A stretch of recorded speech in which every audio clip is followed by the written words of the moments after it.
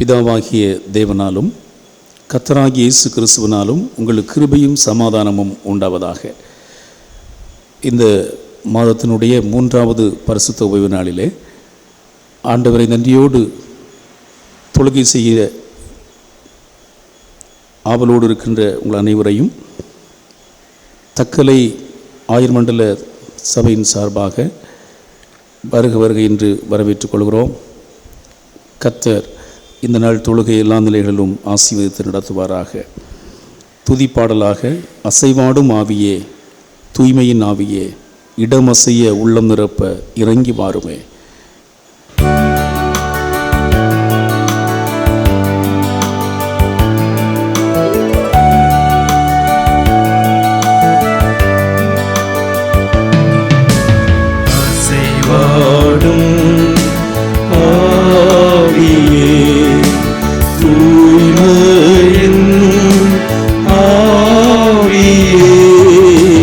அசைவாடும் ஆவியே, தூய்மையின்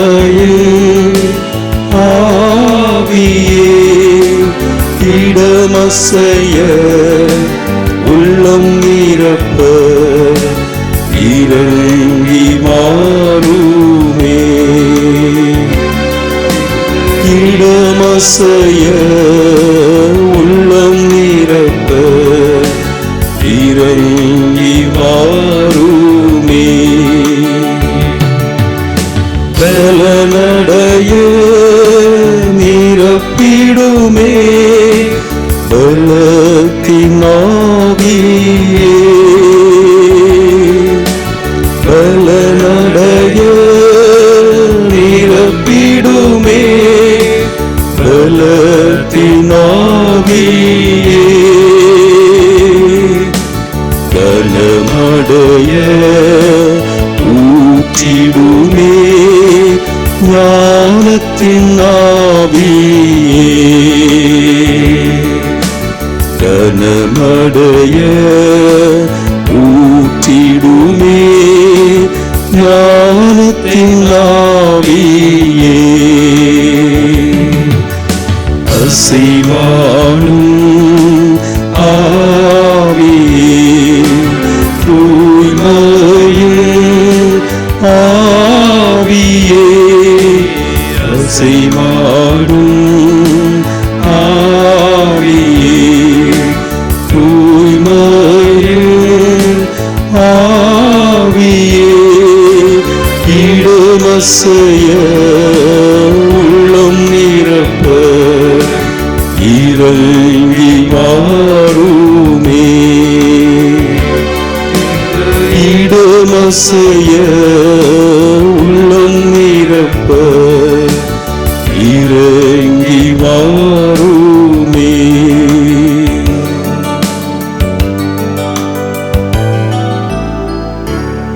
கலிலேயராகிய மனுஷரே, நீங்கள் ஏன் வானத்தை அண்ணாந்து பார்க்கிறீர்கள்?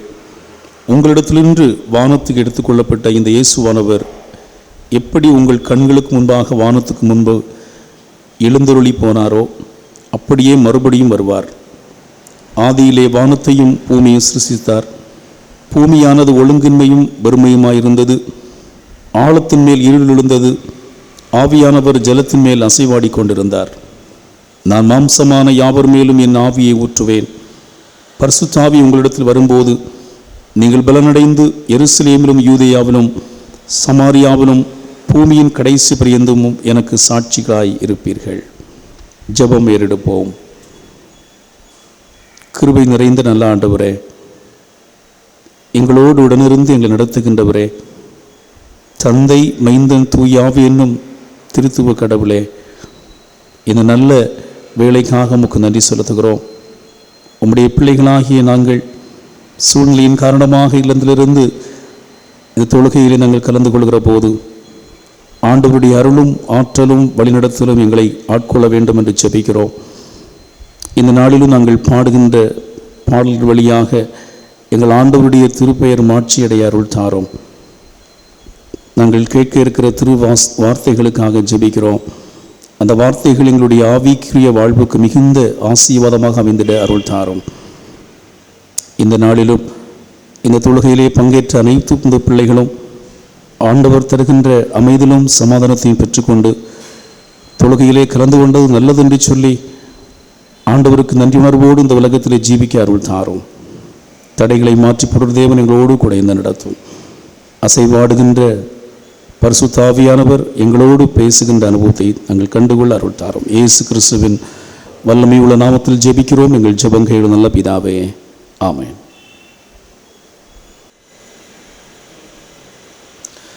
நாம் யாவரும் இணைந்து 15வது ஞான பாடலை பாடுவோம். ஞான பாடல் எண் 15. போற்றும் போற்றும் புண்ணியநாதரை போற்றும்.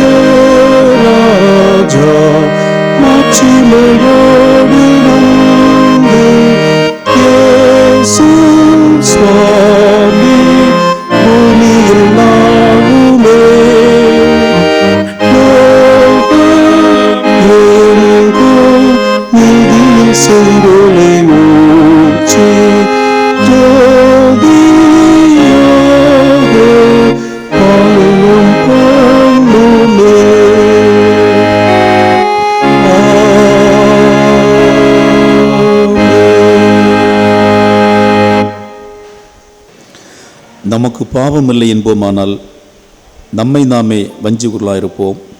சத்தியம் நமக்குள் இராது. நம்முடைய பாவங்களை நாம் அறிக்கையிட்டால் பாவங்களை நமக்கு மன்னித்து எல்லா அநியாயத்தை நீக்கி நம்மை சுத்திகரிப்பதற்கு அவர் உண்மையும் நீதியும் உள்ளவராய் இருக்கிறார்.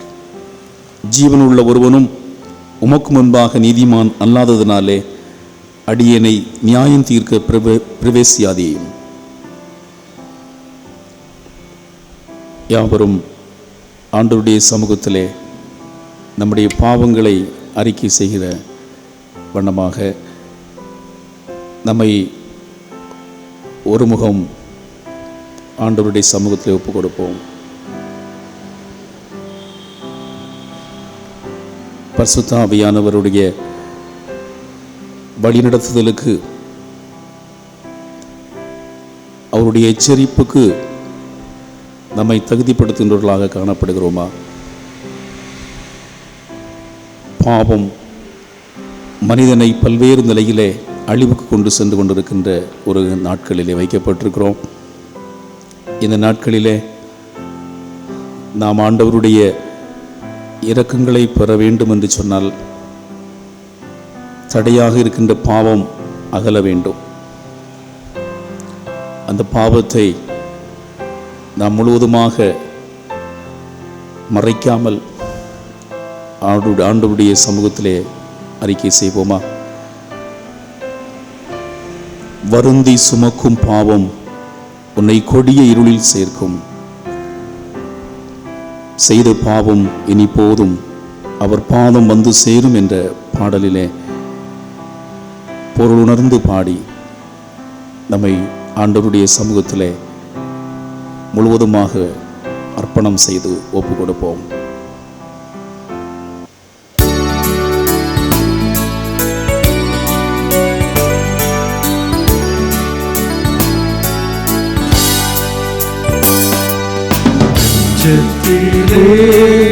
தூய்மையுண்டோ இயேசு வருகின்றார். ஒருங்குண்ட நெஞ்சத்தையே இயேசு அழைக்கிறார்.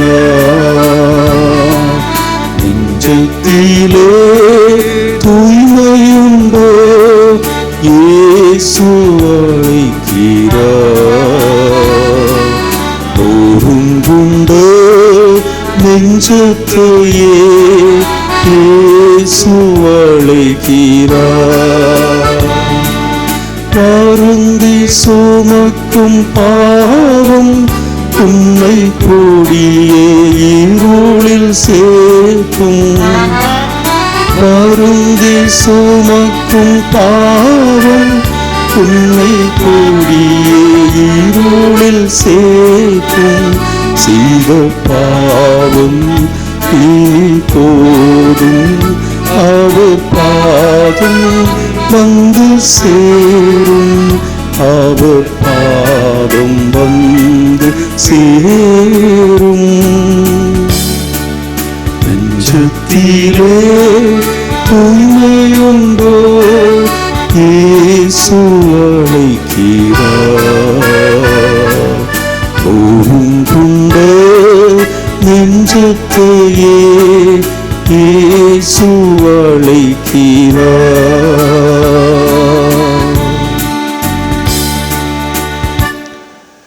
சர்வ வல்லமையும் மிகுந்த இரக்கமுள்ள ஆண்டவர் மன்னிப்பையும் பாவ நிமித்தை நமக்கு கட்டளையிட்டருளி வாழ்வை சீர்விடுவதற்கான காலத்தையும் தமது தூய ஆவியானவரின் கிருபையும் தேற்றுதலையும் தந்தருள்வாராக. ஆமென். பாவ மன்னிப்பு நிச்சயத்தை பெற்றுக்கொண்டவர்களாக நாம் கர்த்தரின் கரத்தில் பெற்றுக்கொள்ளப் போகிற நன்மைகளுக்காக ஆண்டவருக்கு நன்றி சொல்லுவோம். கர்த்தர் எனக்கு செய்த எல்லா உபகாரங்களுக்காகவும் அவருக்கு எண்ணத்தை செலுத்துவேன். இரட்சிப்பின் பாத்திரத்தை எடுத்துக்கொண்டு கர்த்தருடைய நாமத்தை தொழுது கொள்ளுவேன். கடந்த நாட்கள் முழுவதும் நம்மை கண்மணி போல பாதுகாத்த ஆண்டவருக்கு நாம் நன்றிகளை ஏறெடுப்போம். கடுகளவும் குறை வைக்காமல் அதிகமாய் ஆண்டவர் நம்மை ஆசீர்வதித்திருக்கிறார்.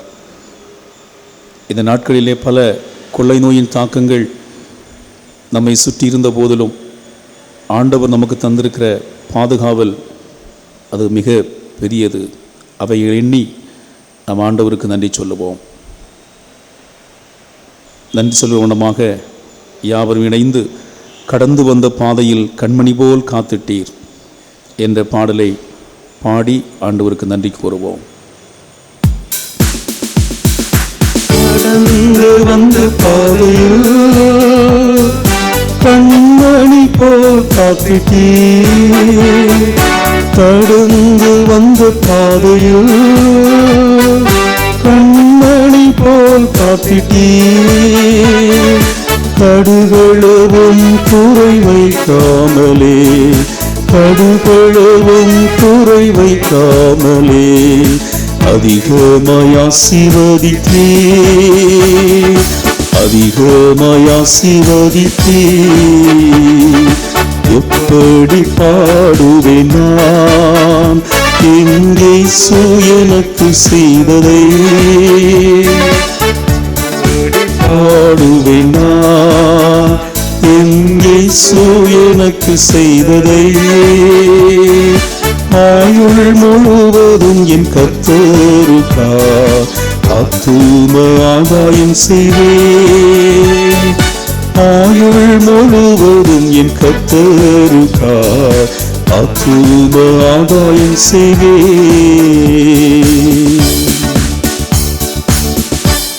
ஆண்டவருக்கு ஸ்தோத்திரங்களில் படைத்த நாம் இயேசு கிறிஸ்து கற்றது ஜெபத்தை இணைந்து ஏறெடுப்போம்.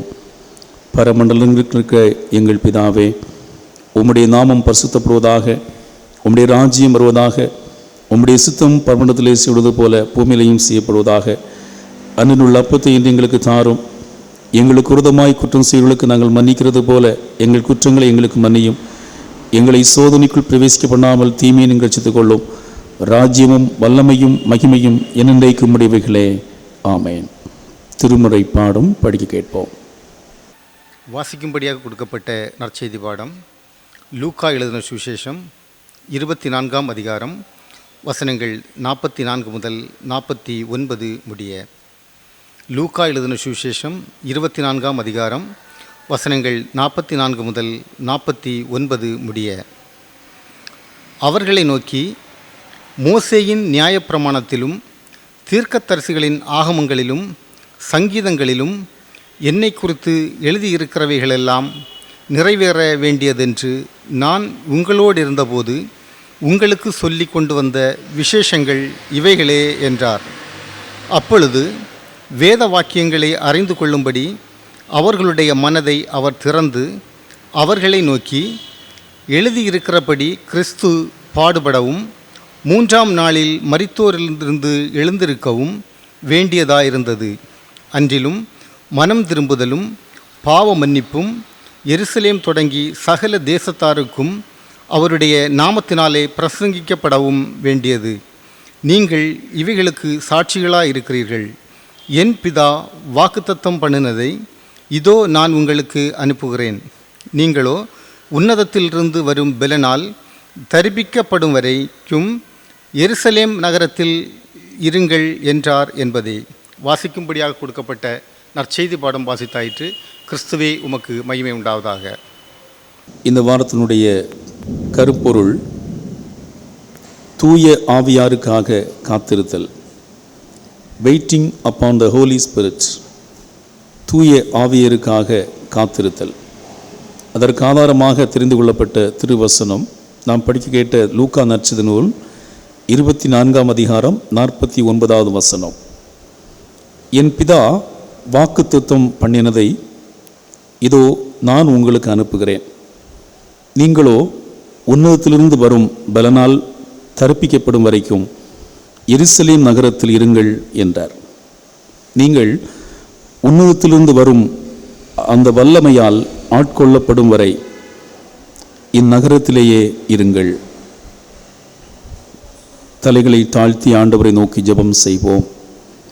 எங்கள் கண்மலையும் மீட்பெருமாகிய கர்த்தாவே, அடியின் வாயின் வார்த்தைகளும் வசனத்தை தியானிக்கின்ற நம்முடைய பிள்ளைகளுடைய இருதயத்தின் தியானமும் உம் சமூகத்தில் ஏற்புடையதாக அமைந்திருப்பதாக. ஆமென். மனிதர்கள் தம்முடைய வாழ்வில் காத்திருத்தல் என்பதை தனிப்பட்ட அல்லது பொதுவான ஆதாயத்திற்காக எதிர்நோக்கியிருத்தல் என்று பொருள் கொள்ளலாம். ஆனால் ஏதோ சில தருணங்களிலே நாம் பிறருக்காக காத்திருப்பதும் நமக்காக பிறரை காத்திருக்க செய்வதும் தவிர்க்க இயலாத ஒன்றாக அமைகிறது. இந்த நிலையிலே வேகமான உலகில் காத்திருத்தல் என்பது சற்று தொய்வோடு கூடிய சலிப்பை உண்டாக்கவும் அதன் மீது பற்றற்ற தன்மை உடையதாகவும் மாற்றிவிடுகிறது. வேகம் சிறந்ததெனவும் உயர்ந்தெனவும் மதிக்கப்படுவதாக இவ்வுலக வாழ்வு கற்பிக்கும் சூழலிலே நமது திருமறை நமக்கு காத்திருக்க வேண்டும் என்பதை வலியுறுத்துகிறது. நாம் நிலையானவற்றை பெற்றுக்கொள்ள இறுதி வரை காத்திருக்க வேண்டும். நிலையானவற்றை பெற்றுக்கொள்ள வேண்டும் என்று சொன்னால் நாம் நிறைவு வரை காத்திருத்தல் மிக அவசியமாக இருக்கிறது. ஆகவே பொறுமையோடு பரிசுத்த ஆவியின் வல்லமைக்காக காத்திருக்க நம்மை அர்ப்பணம் செய்வோம். இந்த நாளிலே தூய ஆவியருக்காக காத்திருத்தல் என்ற கருப்பொருளிலே நாம் சிந்திக்க முற்படுகிறோம். தூய ஆவியருக்காக நாம் ஏன் காத்திருக்க வேண்டும்? அதனால் நமக்கு என்ன பலன் என்ற கேள்விகளுக்கு பதில் கூற வேண்டும் என்று சொன்னால் தெளிவான திருமறை சிந்தனை அவசியமாக இருக்கிறது. அதாவது தூய ஆவியரை பற்றிய தெளிவான போதனையும் அடிப்படையான அறிவும் திருச்சபைக்கு மிக அவசியமாக இருக்கிறது. இன்றைக்கு திருச்சபை ஊன்ற கட்டப்படுவதற்கும் புத்துயிர் பெற்று இயக்கம் பெறுவதற்கும் இந்த தூய ஆவியானவருடைய வழிநடத்தல் மிக அவசியமாக இருக்கிறது. கிறிஸ்தவ நம்பிக்கையின்படி தந்தை, மைந்தன், தூயாவியை ஆக திருத்துவ கடவுள் மூன்று தன்மை ஆழ்தன்மை கொண்டு ஒருமை நிலையிலே காணப்படுகின்றார். எனினும் தூய ஆவியானவர் தனி ஆழ்தன்மையுடைய கடவுள். அவர் கடவுளின் ஆற்றலாக இந்த உலகத்தில் அனுப்பப்படுகிறார். சில வேளைகளிலே ஆவியாருடைய பணி தனிப்பட்டதாகவும் அசாதாரணமாகவும் நிகழ்ந்தாலும் அங்கு தந்தையும் மைந்தரும் உள்ளிருந்தே செயல்படுகின்றார். திருமறையிலே ஆவி என்ற சொல் ஏறத்தாழ 73 முறை சுட்டிக்காட்டப்படுகிறது. அதிலும் பழைய ஏற்பாட்டு பகுதியிலே 3 முறை தூய ஆவி என்று வருகிறது. தூய ஆவியரை பற்றி அதிகமாக யோவான் நற்செய்தி நூலிலே அருள்நாதர் இயேசு கிறிஸ்து தெளிவுபடுத்துகிறார். அவர் சொல்லுகிறார், பல இடங்களிலே கடவுளுடைய ஆவி நீதி தலைவர்கள், ஆசாரியர்கள், அரசர்கள் மேல் அவ்வப்போது இறங்குவதாகவும் செயற்கரிய நீதியான செயல்கள் நடப்பிக்க உள்ளதாகவும் திருமறையிலே நாம் படிக்க முடிகிறது. இந்த ஆவி இறுதி நாட்களிலே மானிடர் எல்லார் மேலும் அருளப்படும் என்பதுதான் வாக்குறுதி. அதுதான் இந்த நாளிலே தரப்படுகின்ற வாக்குறுதி. பெந்தேகோஸ்தே நாளிலே தூய ஆவியாருடைய வருகை இனி அவர் வந்து போகும் தற்காலிக அல்ல என்பதை உணர்த்தியதை நாம் பார்க்க முடிகிறது. ஆக அன்புக்குரியவர்களே, இயேசுநாதரோடு வாழ்ந்த சீடர்கள் இயேசுநாதர் மரித்த போது மிகவும் துன்புற்றார்கள், நலிவுற்றார்கள். இலக்கினை தொலைத்தவர்களாக பதுங்கு இடம் தேடி அலைந்தார்கள். இயேசுநாதர் தன்னுடைய நிலையை முன்னமே அறிவித்திருந்த போதும் அந்த நினைவுக்கு அவர்கள் வர முற்படவில்லை. மாறாக தங்களுடைய பழைய தொழிலுக்கே செல்கின்ற நிலையை நாம் பார்க்க முடிகிறது. இந்த நிலையிலே உயிர்த்தபின் பல முறை அவர்களை சந்தித்தும் நம்பிக்கை அளித்தும் ஆண்டவர் இயேசு கிறிஸ்து அவர்களோடு செயல்படுகின்றார். 40வது நாள் விண்ணேற்றம் ஏற்படுகிற போது இறுதியிலே பரிசுத்த ஆவியருக்காக காத்திருக்க வேண்டும் என்கிற வேண்டுகோளை விடுக்கின்றார். இதை குறித்து நாம் சுருக்கமாக சிந்திப்போம். தூய ஆவியருக்காக நாம் ஏன் காத்திருக்க வேண்டும்? அதனால் நமக்கு என்ன பயன்? முதலாவதாக, நம்மை தூய்மைப்படுத்துகின்ற ஆவியருக்காக காத்திருப்போம். தூய்மைப்படுத்துகின்ற ஆவியருக்காக காத்திருத்தல், waiting upon the Spirit who cleanse. ஆதாரணமாக தெரிந்து கொள்ளப்பட்ட திருவசனம் சங்கீதம் 51:11. அதிலே உமது பரிசுத்த ஆவியை என் உள்ளத்திலிருந்து எடுத்து கொள்ளாதிரும் என்று இங்கே தாவீது ராஜா வேண்டுவதை பார்க்க முடிகிறது. சங்கீதம் 51 நாம் படிக்கிற போது பாவத்திலே விழுந்துவிட்ட தாவீதினுடைய பாவ மன்னிப்புக்கான ஒரு இறை மன்றாட்டு என்று சொல்லலாம். இது தன்னை தூய்மைப்படுத்துமாறு வேண்டிக் கொள்ளுகின்ற ஒரு ஜெபம். 10 முதல் 12 வரை நாம் படிக்கிற போது தூயதோர் உள்ளத்தை என்னுள்ளே படைத்தருளும் என்று இங்கே சங்கீதக்காரர் தாவீது ஆண்டவரிடத்திலே தன்னை ஒப்பு கொடுக்கிறார். தூயதோர் உள்ளத்தை, தூய்மையான உள்ளத்தை என்னுள்ளே படைத்தருளும், தன்னார்வ மனம் தந்து என்னை தாங்கியருளும் என்று, தன்னார்வ மனம் தந்து என்னை தாங்கியருளும் என்று தாவீது ராஜா தன்னுடைய பாவத்தை உணர்ந்து மனம் திரும்பிட முயற்சிக்கின்ற போது தூய ஆவியானவருடைய உதவியை அங்கே நாடுவதை நாம் பார்க்க முடிகிறது. ஒரு மனிதன் தூய்மை பெற வேண்டும் என்று சொன்னால் தூய ஆவியரால் மட்டுமே கழுவப்பட்டு தூய்மையாக்கப்பட முடியும். 1 கொரிந்தியர் 6ஆம் அதிகாரம் 11வது வசனத்திலே அது தெளிவாக சொல்லப்பட்டிருக்கிறது. ஆக மனிதர்களாகிய நாம் பாவத்திலிருந்து கழுவப்பட வேண்டும் என்று சொன்னால் அங்கே பரிசுத்த ஆவியரால் நாம் ஆட்கொள்ளப்பட வேண்டும். ஏனென்றால் இந்த பரிசுத்த ஆவியானவர் தான் எல்லா உண்மைக்குள்ளும் நம்மை வழிநடத்துகிறவர். இந்த உலகத்திலே உண்மை பேசுகின்ற காரியங்களை செய்வதற்கு நம்மை தூண்டுகின்றவர் இந்த பரிசுத்த ஆவியானவர். இந்த பரிசுத்த ஆவியானவர் என்ன செய்கிறார் பாருங்கள், பாவத்தை குறித்தும் நீதியை குறித்தும் நியாய தீர்ப்பை குறித்தும் உண்மையின் வழியிலே நம்மை நடத்துகின்றார். அதுதான் இந்த பரிசுத்த ஆவியானவருடைய செயல்பாடு.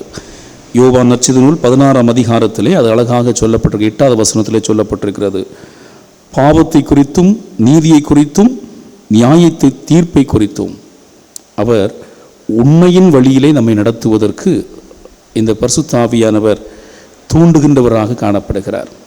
ஆக ஒருவன் கழுவப்பட வேண்டும் என்று சொன்னால், பாவத்திலிருந்து கழுவப்பட வேண்டும் என்று சொன்னால் பரிசுத்த ஆவியினால் மீட்கப்பட வேண்டும், கழுவப்பட வேண்டும். மனிதர்களுக்கு வாழ்வை குறித்தும் வாழ்வின் உண்மை குறித்தும் கற்றுத்தருகிறவர் இந்த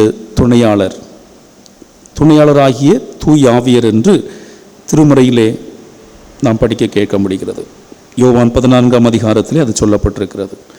மனிதனுக்கு வாழ்வை குறித்து வாழ்வினுடைய உண்மைகள் குறித்து கற்றுத்தருவதுதான் இந்த பரிசுத்த ஆவியானவருடைய செயல்பாடு. ஆக ஒரு மனிதன் வாழ்விலே வளம் பெற வேண்டும் என்று சொன்னால், வாழ்விலே தூய்மையாக்கப்பெற வேண்டும் என்று சொன்னால் பரிசுத்த ஆவியானவருடைய வழிநடத்துதலுக்கு நிச்சயமாக ஆட்கொள்ளப்பட வேண்டும். எனவே தான் திருச்சபை தூய ஆவியாருடைய கூட்டுறவிலே வளர்க்கப்பட செயல்முறைப்படுத்தப்பட வேண்டும். அதாவது கூட்டு பாவத்தை குறித்தும் கூட்டு வாழ்வினுடைய அவசியத்தினை குறித்தும் நமக்கு உணர்த்தி சுயநல வாழ்வு, தனிநபர் ஆதாயத்திற்கான தகவலை வேறறுத்து இறையரசனுடைய விரிவாக்கத்தில் நம்மை பயன்படுத்திட தூய்மைக்கு நேராக நம்மை ஒப்புக் கொடுக்க கடமைப்பட்டிருக்கிறோம். அன்புக்குரியவர்களே, தூய்மைப்படுத்துகின்ற ஆவியரிடத்திலே நம்மை ஒப்புக் கொடுப்போம். அதற்காக காத்திருந்து நம்மை அர்ப்பணம் செய்வோம். நம்மை தூய்மைப்படுத்துகின்ற ஆவியரிடத்திலே நம்மை கையளிப்போம். இரண்டாவதாக, ஆற்றல் படுத்துகின்ற ஆவியாருக்காக காத்திருத்தல். Waiting on the empowering Spirit. ஏசாயா 40ஆம் அதிகாரம் 31வது வசனம் சொல்லுகிறது, கர்த்தருக்கு காத்திருக்கிறவர்களோ புது பலனடைந்து கழுகுகளைப் போல செட்டைகளை அடித்து எழும்புவார்கள். அவர்கள் ஓடினாலும் இளைப்படையார்கள், நடந்தாலும் சோர்ந்து போகார்கள். அன்பர்களே, ஆண்டவருடைய ஆற்றல் நம்மை ஆற்றல் படுத்துகிறது என்பதை அறிந்து கொள்ள வேண்டும். நமது வலுவின்மையிலே தூய ஆவியாராகிய ஆண்டவருடைய இருப்பு நிலை நம்மை வலுப்படுத்துகிறது. அதாவது கடவுளுடைய ஆற்றல் எதற்கும் ஒப்பிட முடியாத, ஈடு இணையற்றதும் குறைவற்றதுமானது என்பதை அறிய வேண்டும். எவ்வளவு ஆற்றல் வாய்ந்த மனிதனும் சில வேளைகளிலே தளர்ந்து சோர்வடைய வாய்ப்புண்டு. ஏனென்றால் மனிதன் பலவீன பாண்டம். ஆனால் ஆண்டவருடைய ஆற்றலோ அது நிலையானது. அந்த ஆற்றல் அது மிகவும் உந்துதலை கொடுக்கிற ஒன்றாக அமைகிறது. இந்த ஆற்றல் தீர்க்கர்களையும் அப்போஸ்தலர்களையும் ஆற்றல் படுத்தியது. அன்றைய நாட்களிலே ஆண்டவருடைய சார்பாளராக இருந்து ஆற்றலற்ற மக்களுக்கு ஆற்றலாகவும் குரலற்றவர்களுக்கு குரலாகவும் வெளிப்பட்டது அன்றைய நாட்களிலே. அது இறையாட்சிக்கு எதிராக இருக்கின்ற அதிகாரத்தில் இருப்போரையும் ஆட்சியாளர்களையும் நீதிக்கான பாதையிலே பயணித்திட வழிவகுத்தது. அதாவது சுதருண்டு போன வாழ்விழந்தவர்களை ஒன்றுபட வைத்து போராட தூண்டிய பரிசுத்த ஆவியானவர். அப்போஸ்தலர் நடவடிக்கைகள் 1ஆம் அதிகாரம் 8ஆம் வசனத்திலே, தூய ஆவியானவர் உங்களிடத்தில் வருகிற போது கடவுளுடைய வல்லமையை நீங்கள் பெறுவீர்கள். பரிசுத்த ஆவியானவர் உங்களிடத்தில் வருகிற போது நீங்கள் பலன் அடைவீர்கள், ஆற்றல் அடைவீர்கள், அதே வல்லமையை பெறுவீர்கள். அதாவது கடவுளுடைய மாறாத நிலையான இருப்பு நிலையாக புரிந்து கொள்ள அழைக்கப்படுகிறோம். எனவே நான் அதுவரையிலும் குறைவாக காணப்பட்ட சீடர்கள் அந்நேரம் முதல் தங்கள் வாழ்வின் இறுதி மட்டும் குன்றாது பணி செய்ய தங்களை ஆண்டவருக்கு அர்ப்பணம் செய்தார்கள். அவருடைய ஆற்றல் எந்த நிலையிலும் மங்கப்படவில்லை. இன்றும் தொடர் பணியாக உயிரற்ற நடைப்பணங்களாக வாழ்ந்து கொண்டிருக்கின்ற சமூகத்தில் நலிவடைந்த தேவையுள்ள திறனற்றவர்களுக்காக போராடி கொண்டிருக்கிறது பரிசுத்த ஆவியானவருடைய வல்லமை.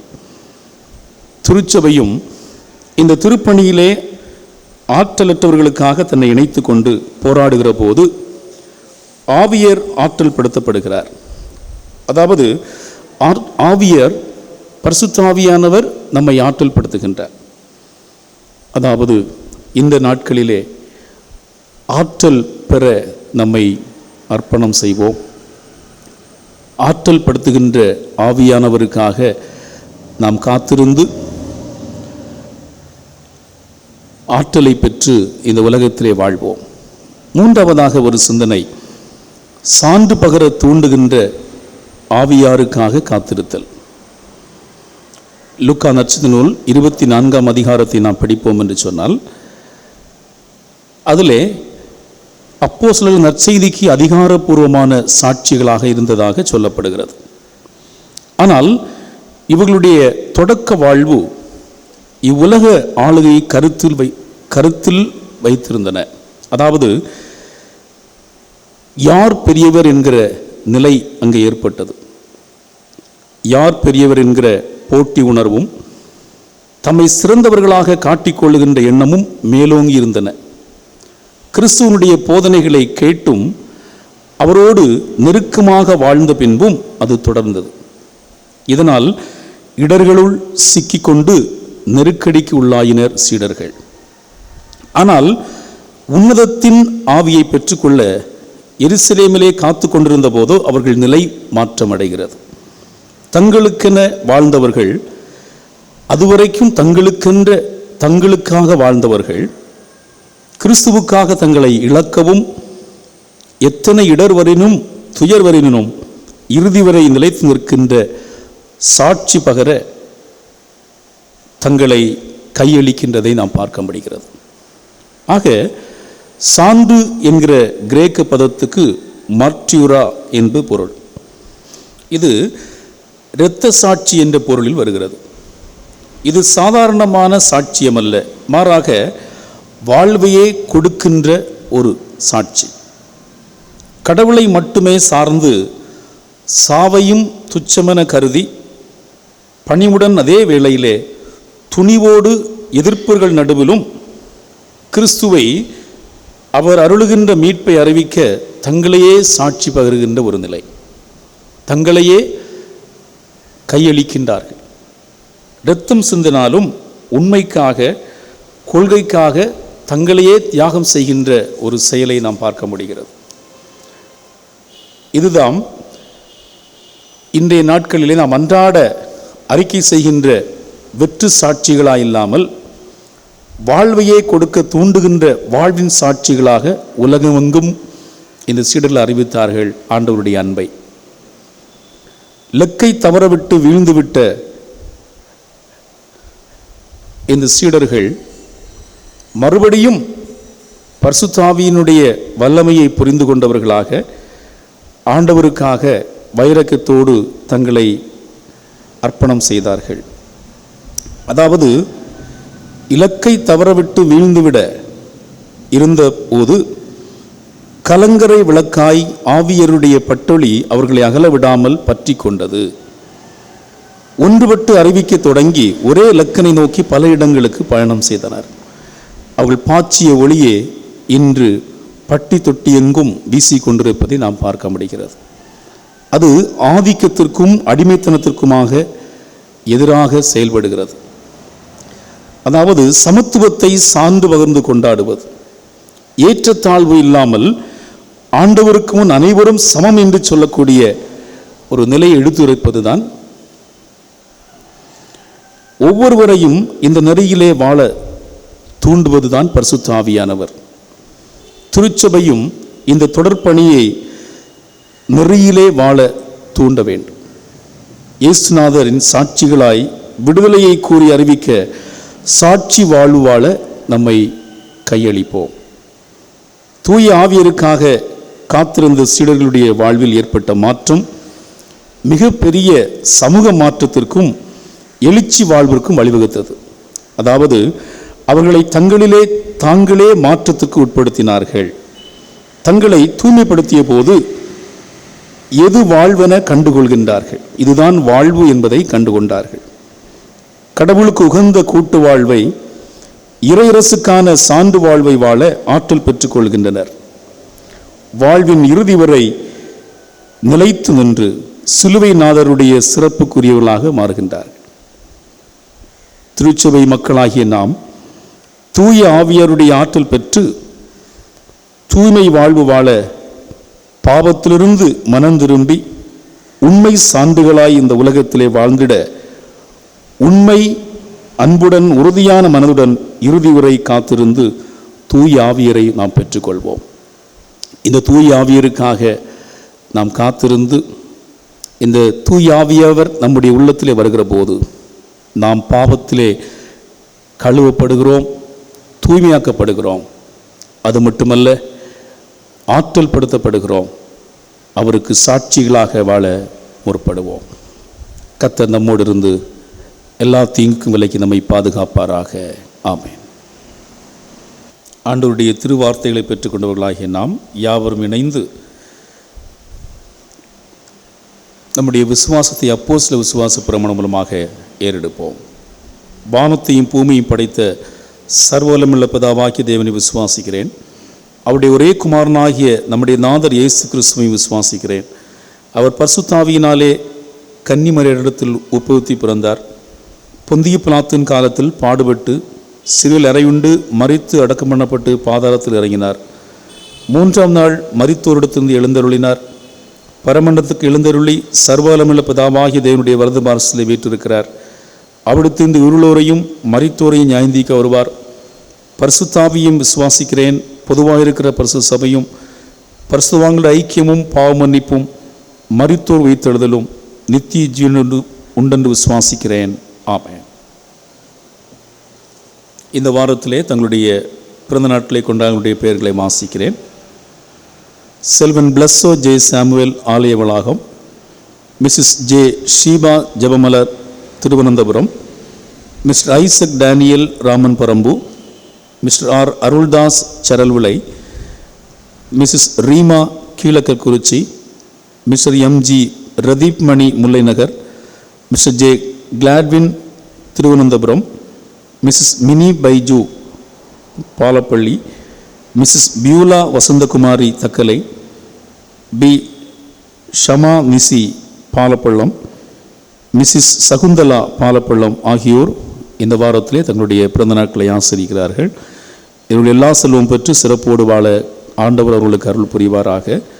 திருமண நாள் வாழ்த்து Mr D Robertson, Mrs G Selvi Sarojini Gandhi Nagar, Mr J Oliver, Mrs A Abija Saj Panavilai, Mr G மோகன் Joseph, Mrs Amutha Raman Parambu, Mr P Mohanraj, Mrs A Rathi Santha Sundari Mumbai, Mr M Rajan, Mrs D Saradha Paraikodu, Mr P Rajan, Mrs Jasphin Pushpa Keralapuram, Mr Vinso, Mrs Janet Sheela Ramanparambu ஆகியோர் இந்த வாரத்திலே தங்களுடைய திருமண நாளை ஆசரிக்கிறார்கள்.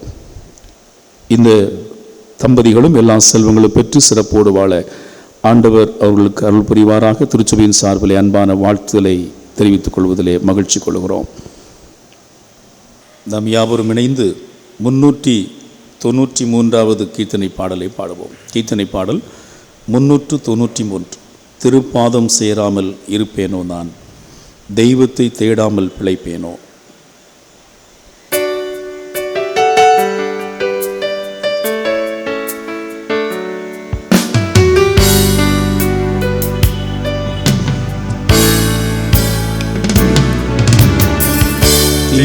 பாதம் சேராமல் இருப்பேனோ நான், தெய்வத்தை தேடாமல் பிழைப்பேனோ.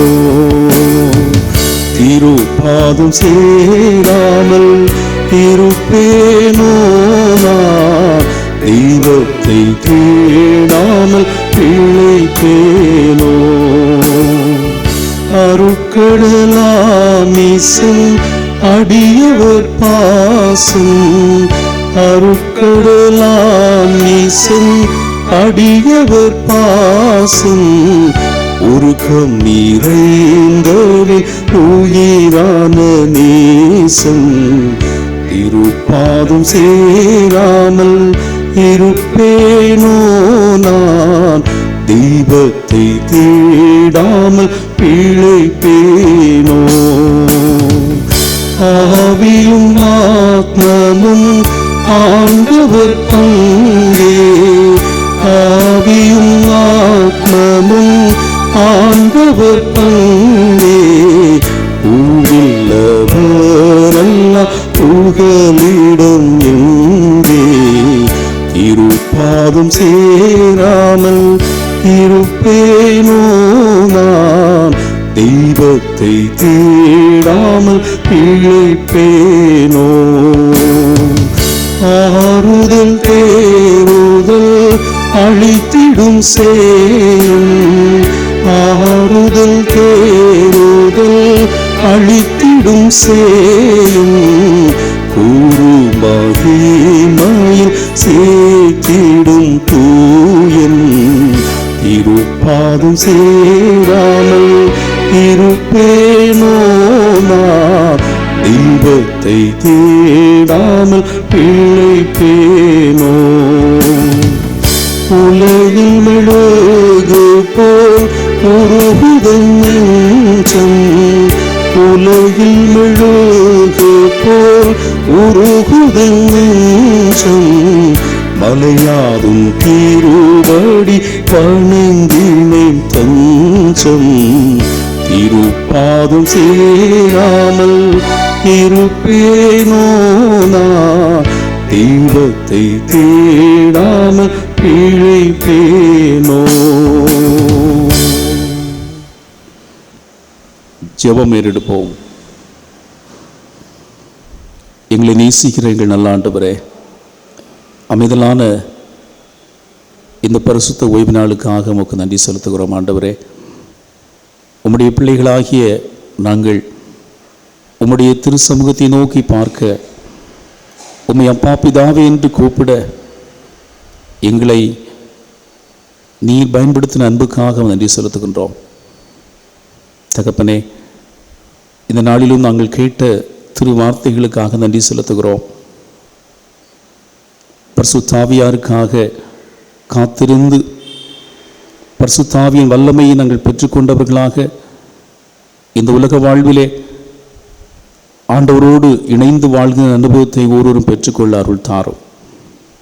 கர்த்தாவே, அடியவர்களாகிய நாங்கள் எப்போது நாங்கள் உண்மையை நம்பியிருக்கிறபடியினாலே எந்த நிலையிலும் சோர்ந்து போகாதபடி, எந்த நிலையிலும் அமிழ்ந்து விடாதபடி எங்களை தூக்கி நிறுத்தும்படியாக ஜெபிக்கிறோம். பாவம் என்கிற சேற்றிலே நாங்கள் தொடர்ந்து வீழ்ந்து விடாதபடி பரிசுத்த ஆவியானவர் எங்களை பரிசுத்தப்படுத்தி எங்களை கழுவி அருள வேண்டும் என்று நாங்கள் ஜெபிக்கின்றோம். ஆண்டவர் எங்களை தொடர்ந்து கண்ணோக்கி பாரும். இந்த நேரத்திலும் இந்த வார்த்தையை ஆண்டவரே உம்முடைய சமூகத்திலே கேட்டுக்கொண்டிருக்கிற ஒவ்வொரு பிள்ளைகளும் ஆண்டவருடைய அன்பினால் ஆட்கொள்ளப்படுவதற்கு இது உதவி செய்வீராக.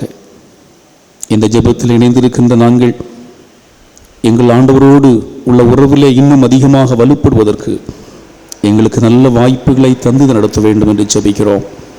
விசேஷமாக இந்த நாட்களில் இந்த கொள்ளை நோயின் தாக்கங்கள் அதிகரித்து கொண்டிருக்கிறபடினாலே நாங்கள் என்ன செய்வோம் ஏது செய்வோம் என்று தெரியாமல் திணறிக் கொண்டிருக்கின்ற ஒரு சூழலுக்கு தள்ளப்பட்டிருக்கிறோம். ஆண்டவரே, எத்தனையோ மக்கள் மறுமையிலே பிரவேசித்து விட்டார்கள். இன்னும் இந்த வியாதியினாலே அநேகர் தாக்கப்பட்டு மருத்துவமனையிலும் இல்லங்களிலும் வேதனைகளோடும் இருக்கின்ற காட்சியை நாங்கள் பார்த்து ஆண்டவருடைய சமூகத்திலே வருத்தத்தோடு கொண்டாடி நிற்கிறோம். ஆண்டவரே, நீர் மட்டுமே இதற்கு உதவி செய்ய முடியுமாப்பா. இந்த நிலையிலிருந்து ஒரு விடுதலை தாருமே என்று நாங்கள் ஜெபிக்கின்றோம். நாங்கள் யாரிடத்திலே போக முடியுமாப்பா?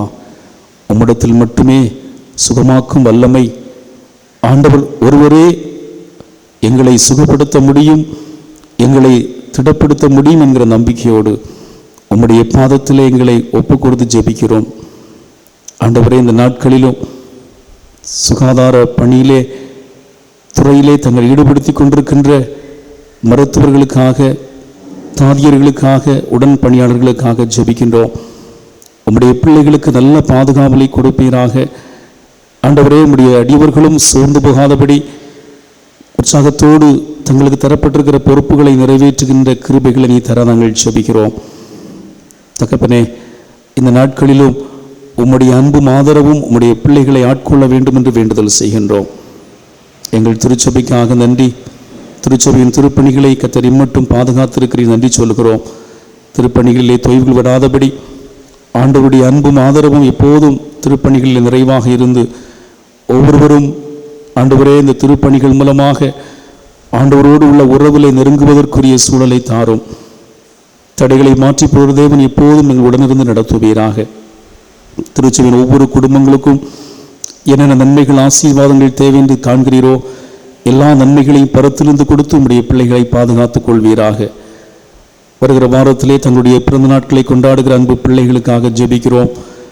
வருஷத்தை நன்மையால் முடிசூற்ற கர்த்தர் பிரவேசிக்க இருக்கின்ற புதிய ஆண்டிலே புது நன்மைகளாலும் கிருபைகளாலும் நிறைத்து நீடிய ஆயுளோடு எங்கள் பிள்ளைகளை காத்துக் கொள்வீராக. திருமண நிறைவு நாளை ஆசிரிக்கின்ற அன்பு தம்பதிகளுக்காக ஜெபிக்கின்றோம். குடும்ப வாழ்க்கையிலே ஆண்டவர் கொடுக்கிற ஆசீர்வாதங்கள் நிறைவாக சுதந்திரித்துக் கொள்ள நீர் கிருபை செய்வீராக. எங்கள் பிள்ளைகளை மனதார வாழ்த்துகிறோம். எல்லா நிலைகளிலும் வளம் பெறுக ஆண்டு உதவி செய்வீராக. எங்கள் திருச்சபையிலிருந்து வெளிநாடுகளிலும் வெளியிடங்களிலும் இருக்கின்ற படித்து கொண்டிருக்கிற அன்பு பிள்ளைகளுக்காக ஜெபிக்கின்றோம். ஆண்டவரே, நீர் சமீபத்துக்கு மாத்திரமல்ல தூரத்துக்கும் ஆண்டவராக இருக்கிறீர். எங்கள் பிள்ளைகள் வாழ்கிற பகுதியிலே ஆண்டவர் பாதுகாவலை தந்து சுகத்தோடு காத்துக்கொள்வீராக.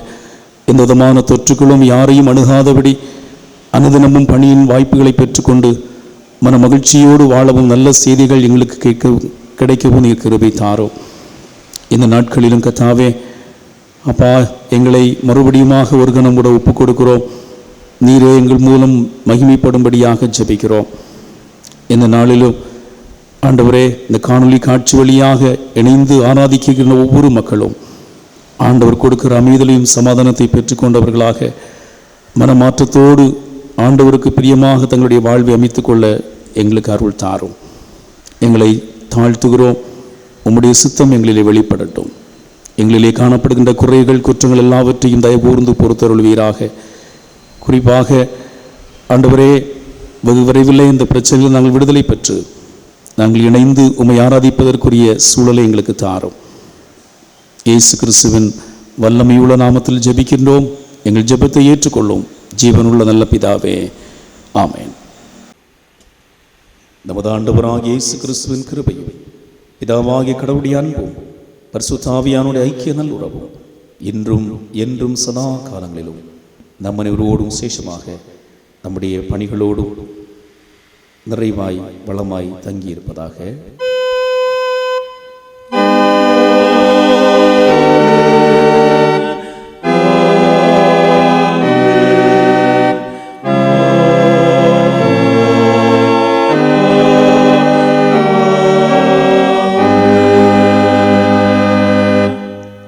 கர்த்தருடைய சமாதானம் நம் அனைவரோடும் கூட தங்கியிருப்பதாக.